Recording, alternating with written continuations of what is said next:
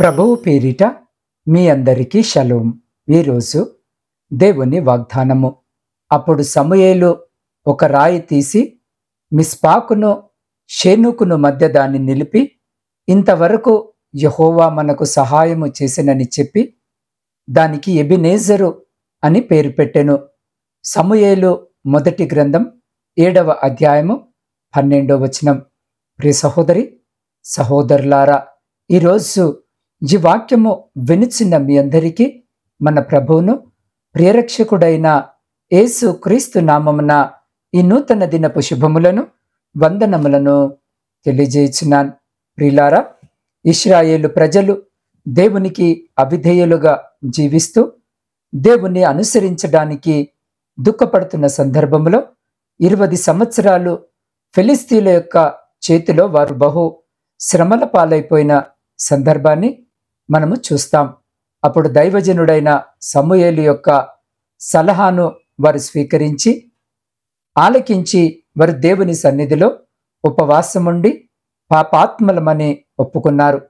దేవుని సేవించడానికి ఎప్పుడైతే వారి మనసులను దేవుని తట్టు త్రిప్పుకున్నారో, సమూయేలు పాలు విడువని ఒక గొర్రెపిల్లను సర్వాంగ బలిగా అర్పించి దేవుని సన్నిధిలో ప్రార్థన చేసినప్పుడు దేవుడు ఒక అద్భుతమైన కార్యాన్ని జరిగించాడు.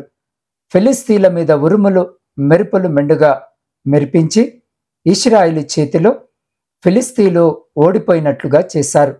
ఆ సమయంలో సమూయేలు ఒక రాయిని నిలిపి దానికి ఎబెనెజరు అని పేరు పెట్టాడు. ఎబెనెజరు అనే పేరుకు అర్థము ఏమిటంటే సహాయపు రాయి. ప్రియులారా, ఇశ్రాయేలు ప్రజల జీవితంలో దేవుడు చేసిన ఒక అద్భుతమైన కార్యాన్ని చూడండి. 20 సంవత్సరాలు వారి శ్రమల నుంచి వారు విడిపించబడలేకపోయారు. కానీ దేవుని సేవించడానికి వారి హృదయాలను దేవుని తట్టు త్రిప్పినప్పుడు దేవుడే వారి జీవితంలో గొప్ప కార్యాన్ని చేశాడు. 20 సంవత్సరాలు ఓడిపోయిన అనుభవము, కానీ దేవుని ఆశ్రయముగా చేసుకున్నప్పుడు, దేవుని సహాయాన్ని కోరుకున్నప్పుడు వారికి విజయము కలిగింది. ఈరోజు ఈ వాక్యము వినిచిన నీ జీవితంలో కూడా అనేక సంవత్సరాలుగా ఓడిపోయిన అనుభవములో నీవున్నావేమో. ప్రియులారా, అనేక శ్రమల పాలైపోయి, ఇబ్బందుల పాలైపోయి, ఇరుకుల్లో, శోధనల్లో, బలహీనతల్లో, అనారోగ్యతల్లో, అసమాధానంలో, అశాంతిలో, కుటుంబంలో సమస్యలో నీవు కూడా ఓడిపోయిన అనుభవముతో ఉన్నావేమో. ఈరోజు పరిశుద్ధాత్మ దేవుడు నీకు చెప్తున్న మాట ఏంటంటే, ఆయన నీకు కూడా ఎబెనెజరుగా ఉండబోతున్నాడు.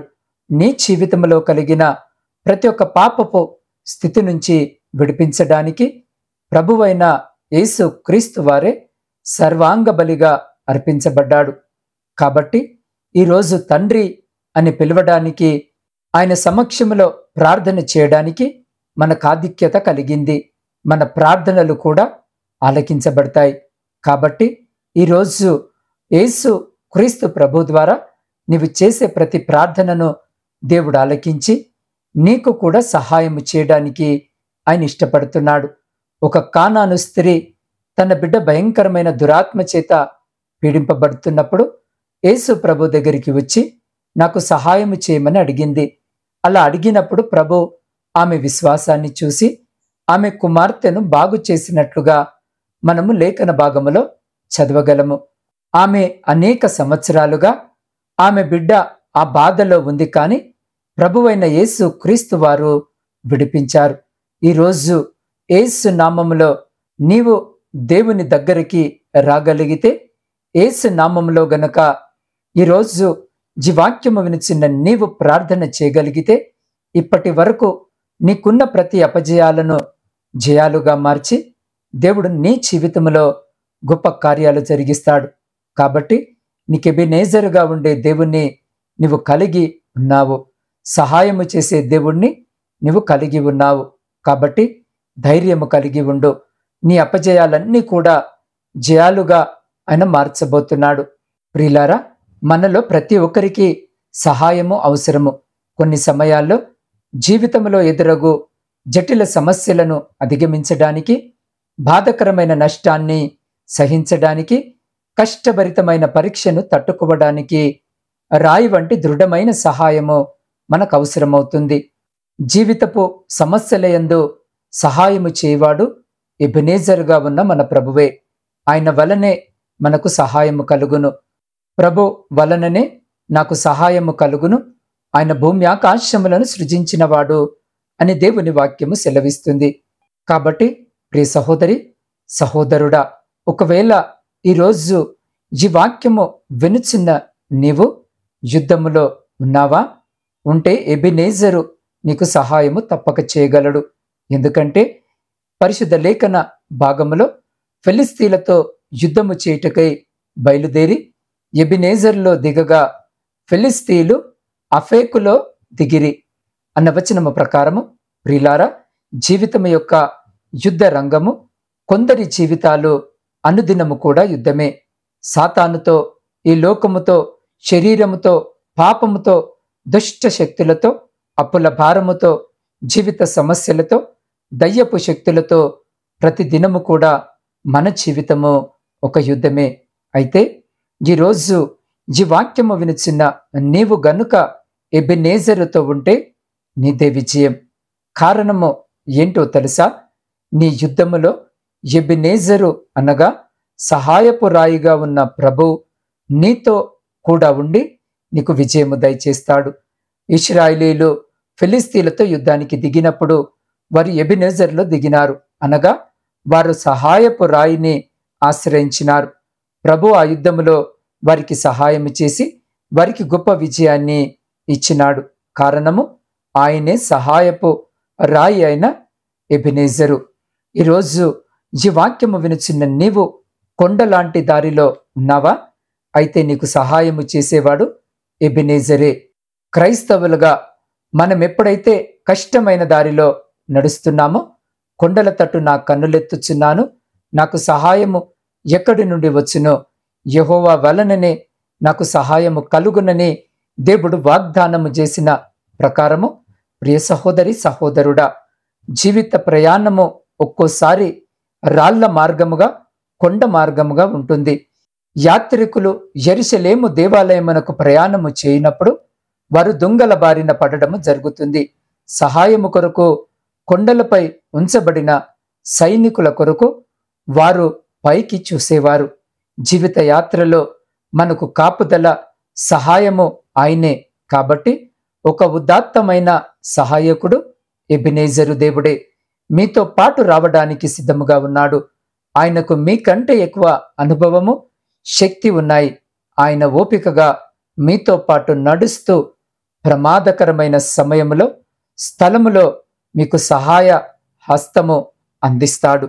కాబట్టి ప్రియ సహోదరి, సహోదరుడా, ఈరోజు ఈ వాక్యము వినిచిన నీవు అనాథగా ఉన్నావా? అయితే నీకు సహాయము చేయవాడు ఆ ఎబెనేజరే. అందుకే తండ్రి లేని వారికి నీవే సహాయుడవై ఉన్నావు అని లేఖనము స్పష్టముగా తెలియజేసిన ప్రకారము దేవునికి బలహీనుల, నిస్సహాయుల, పేదల పట్ల ప్రత్యేకమైన శ్రద్ధ ఉంది. ఎవరు లేని అనాథగా మనము మిగిలినప్పుడు ఆయన సన్నిధిని మనము నమ్ముకుంటే ఆయనే నీకు న్యాయకర్తగా ఉండి నీకు సహాయము చేసేవాడు. ఆయన దిక్కులేని వారి ప్రార్థనను నిరాకరింపడు. దిక్కులేని వాడిగా ఉన్న చిన్న కుమారుని ప్రార్థన ఆలకించి అతనిని తండ్రి యొద్దకు నడిపించాడు. ఆయన దిక్కులేని దరిద్రుల ప్రార్థన నిరాకరింపక వారి ప్రార్థన వైపు తిరిగి ఉన్నాడని లేఖనము సెలవిచ్చినది. కాబట్టి అందరి చేత విడవబడి అనాథగా దావీదు ఉన్నప్పుడు ఎబెనేజర్ అయిన దేవుడు ఆయనకు సహాయకుడుగా ఉన్నాడు. నా తల్లిదండ్రులు నన్ను విడిచినను యెహోవా నన్ను చేరదీయును అని ఆయన కీర్తనలో రాసినట్లుగా మనము చదవగలము.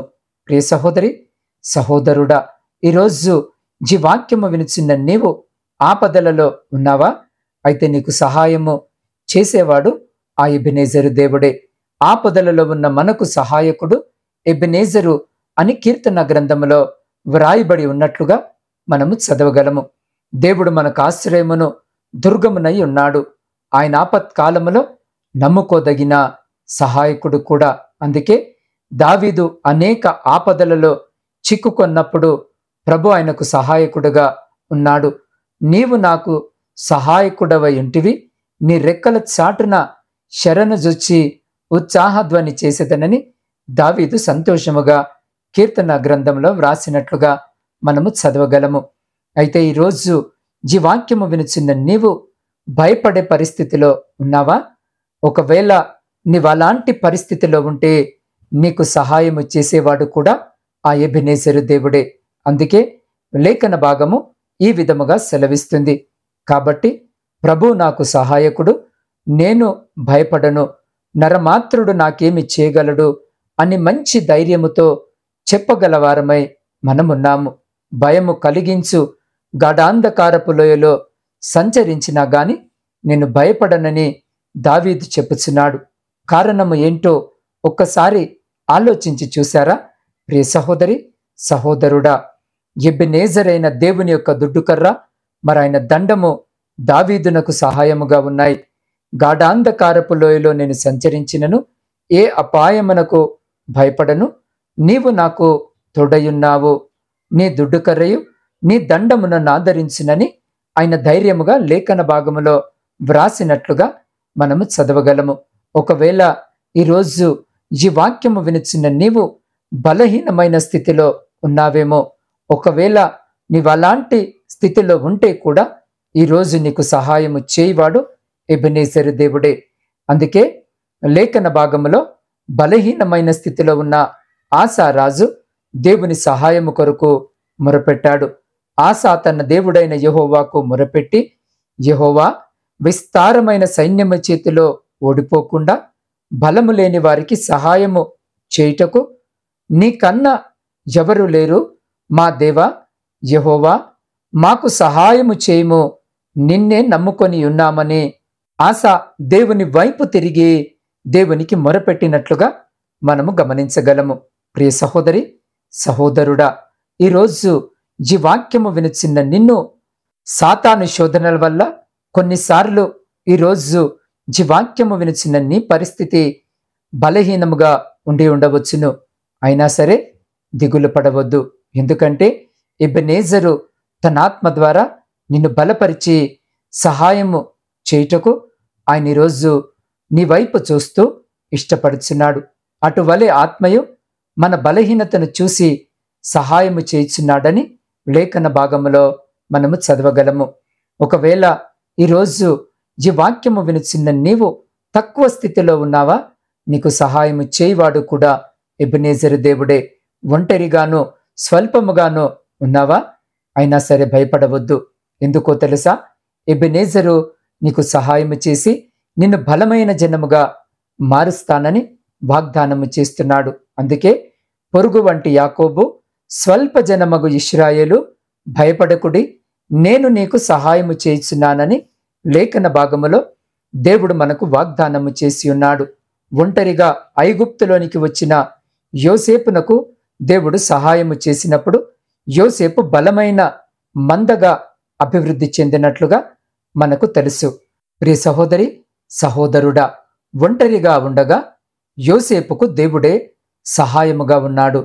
దానితో ఒంటరి అయిన యోసేపు లక్షలాది మందిగా మారాడు. యోసేపు మందగా చేసి నడిపించాడు. వారిలో ఒంటరి అయిన వాడు 1000 మందగునని వాక్యము సెలవిచ్చినది. అందుకే ప్రియ సహోదరి సహోదరుడా, భయపడే స్థితిలో ఒకవేళ ఈరోజు ఈ వాక్యము వినుచున్న నీవు ఉన్నావా? శత్రువుల మధ్య యుద్ధములో ఉన్నావా? కొండలాంటి దారిలో ఉన్నావా? ఒంటరిగా ఉన్నావా? అనాథగా ఉన్నావా? ఆపదలలో ఉన్నావా? బలహీనమైన స్థితిలో ఉన్నావా?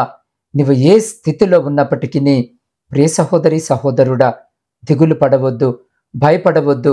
ఎందుకంటే అన్ని వేళలా అన్ని పరిస్థితులలో ప్రభువే నీకు సహాయము చేయవాడు.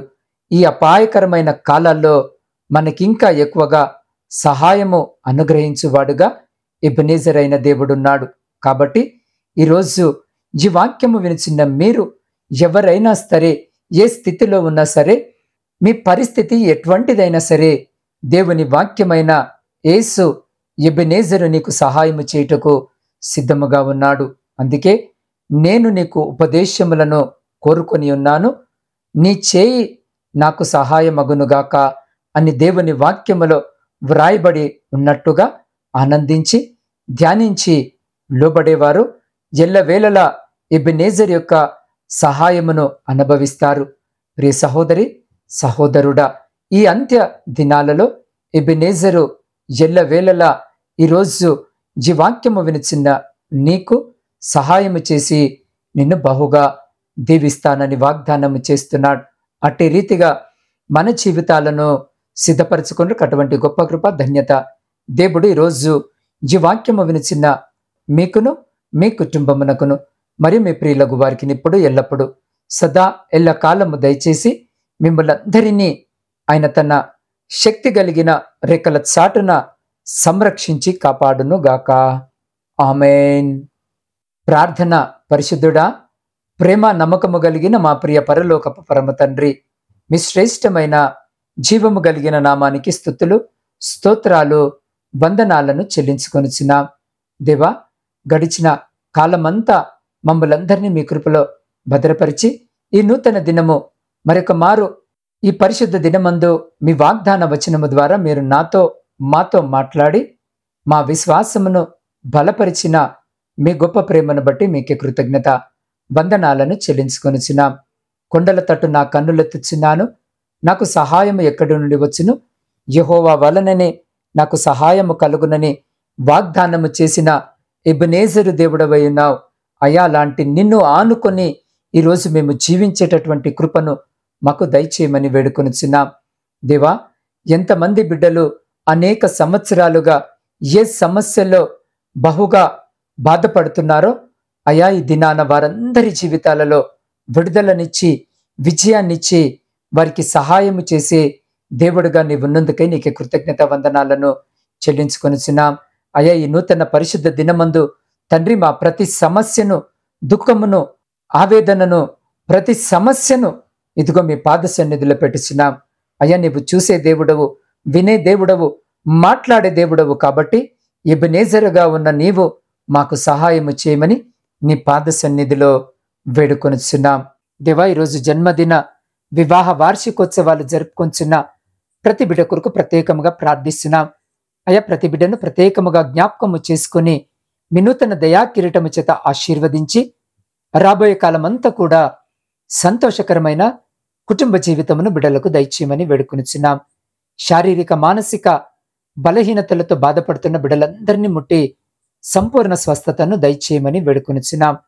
శాంతి సమాధానాలు లేని కుటుంబాల్లో శాంతిని, సమాధానమును కల్పించి విడిపోయిన విచ్ఛిన్నమైన ప్రతి కుటుంబాన్ని కట్టుమని వేడుకొనిచున్నాం. ప్రపంచంలో శాంతి సమాధానాలను కలిగించమని వేడుకొనిచున్నాం.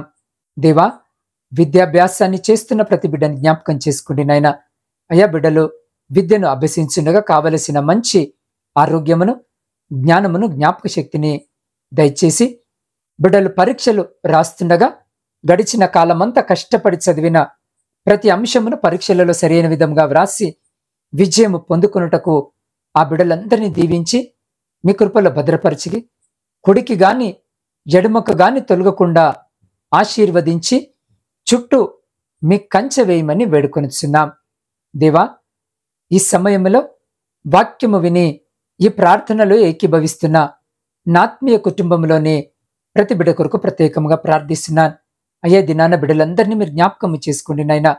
అయ్యా, ఏ బిడ్డ ఈ అక్కర చేత వారి ప్రార్థన మనవులను నాకు తెలియజేస్తున్నారో వాటన్నిటినీ నీ పాద సన్నిధిలో పెట్టుచున్నాను. ఈ దినాన మీరు వాటన్నిటినీ అంగీకరించి ప్రతి ప్రార్థన విజ్ఞాపనకు మీరు జవాబును దయచేస్తున్నందుకే కృతజ్ఞతలను తెలియజేస్తూ నాత్మీయ కుటుంబంలోని ప్రతి బిడ్డను పేరు పేరు వరుసన దీవించి ఆశీర్వదించి వారి జీవితాలలో, కుటుంబాలలో, వారి దాంపత్య జీవితంలో, వారి ఆధ్యాత్మిక జీవితంలో ఉన్న ప్రతి అంధకార సంబంధమైన శక్తులన్నిటినీ మీ పరిశుద్ధ నామమున లయపరిచి మీ ఆకాశపు వాక్యలను విప్పి మీ సమృద్ధికరమైన దీవెన ఆశీర్వాదాల చేత బిడ్డల జీవితాలను, కుటుంబాలను దీవించి ఆశీర్వదించి తృప్తిపరిచి మీ కృపలో భద్రపరుచుకొని ముందుకు నడిపించమని సమస్త స్తుతి, ఘనత, మహిమ మీకే చెల్లించు మా రక్షకుడును మీ ప్రియకుమారుడైన యేసు క్రీస్తు సర్వ సమృద్ధి కలిగిన నామమున ప్రార్థించి స్తుతించి అడిగి పొందుకొని ఉన్నాము తండ్రి. ఆమేన్.